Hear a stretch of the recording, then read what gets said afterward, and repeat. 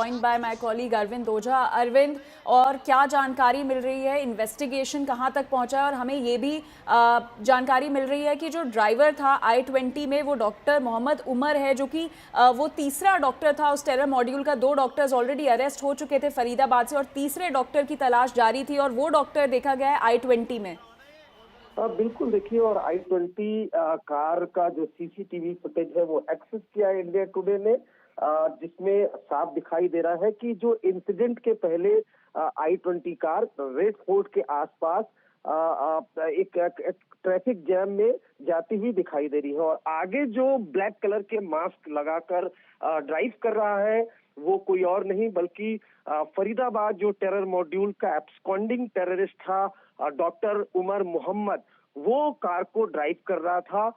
जो सोर्सेस है वो बताते हैं कि बहुत पॉसिबल है कि एक फिनाइन अटैक है जिसमें उमर मोहम्मद ब्लास्ट के दौरान मारा गया। हालांकि डीएनए टेस्ट कराया जाएगा बॉडी के बाद, जिसके बाद ही सर्टेन करेगी एजेंसी, लेकिन सोर्सेज ने कंफर्म किया है कि ये एक आतंकवादी हमला था, ये एक टेरर अटैक है जिसमें I-20 कार में काफी विस्फोटक लदा था और रेड फोर्ट के पास इसमें ब्लास्ट हुआ, जिसके बाद आग लग गई।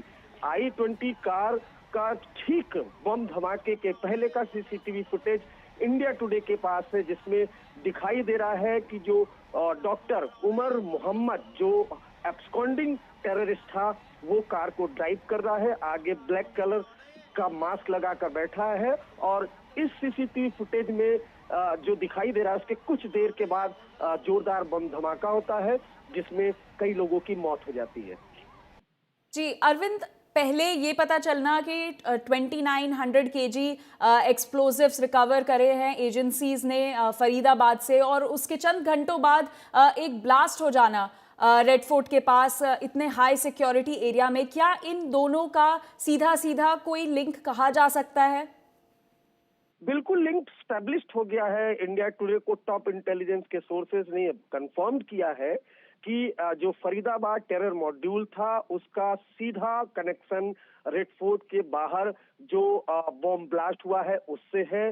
फरीदाबाद में जो जम्मू कश्मीर पुलिस और फरीदाबाद पुलिस का जॉइंट ऑपरेशन चल रहा था जिसमें 8 टेररिस्ट अरेस्ट हुए थे, 2900 kg एक्सप्लोसिव रिकवर हुआ था। उसी मॉड्यूल में एक जो टेररिस्ट था डॉक्टर उमर मोहम्मद जो एब्सकॉन्डिंग चल रहा था, वो रेड फोर्ट के पास I-20 कार में बैठा हुआ था और उसी कार में धमाका हुआ था। इस वजह से एजेंसीज ये मानती है कि बहुत मुमकिन ये पॉसिबल है कि ये एक फिनाइन अटैक था जिसमें उमर मोहम्मद मारा गया था। और सीसीटीवी भी एक्सेस किया इंडिया टुडे ने, जिसमें जो I-20 कार है उसमें एक ड्राइव करता हुआ शख्स दिखाई दे रहा है। बिल्कुल अरविंद, आप हमारे साथ बने रहिए। We are also being joined by my colleague Himanshu Mishra from the blast spot. Himanshu, latest जानकारी क्या है? इन्वेस्टिगेशन कहां तक पहुंची? अभी ब्लास्ट स्पॉट पे क्या कार्रवाई हो रही है? आप देखिए, ये पीछे आप देखेंगे तो तमाम जो एजेंसियां हैं सब यहाँ पर मौजूद हैं। इस पूरे इलाके को कॉर्डन ऑफ कर दिया गया है और यहाँ पर फॉरेंसिक टीम है। एक एक यहाँ से एविडेंस उठाने की कोशिश की जा रही है। जब धमाका हुआ तो कार के जिस कार में धमाका हुआ उसके परखच्चे उड़ गए थे, तो उसके कुछ पार्ट्स दूर तक उड़ के गए हैं। तो ये उनको ढूंढने की कोशिश है। साथ साथ जो दूसरी गाड़ियां आसपास थी उनके भी पार्ट्स उड़े हैं, उन सबको ढूंढने की कोशिश है। हर जगह पुलिस की टीम आपको इस पूरे इलाके में नजर आएगी। सीसीटीवी को बेहद बारीकी से देखा जा रहा है ताकि एक एक पार्ट्स को बरामद किया जा सके और उनके जरिए, क्योंकि उन पर जो ट्रेसेस मिलेंगे उससे धमाके में इस्तेमाल किन चीजों का किया गया था ये क्लियर होगा और इसके बाद काफी हद तक चीजें जो है वो तस्वीर साफ हो जाएंगी। क्योंकि आप देखिए जिस तरीके से मुजम्मिल के जो 2 उसने रेंटेड एकोमोडेशन ले रखे थे फरीदाबाद के अंदर एक धौज इलाके में, जहां से पहले 360 किलो अमोनियम नाइट्रेट और दूसरी चीजें वहां से बरामद हुई थी, असॉल्ट राइफल वगैरह बरामद हुई थी।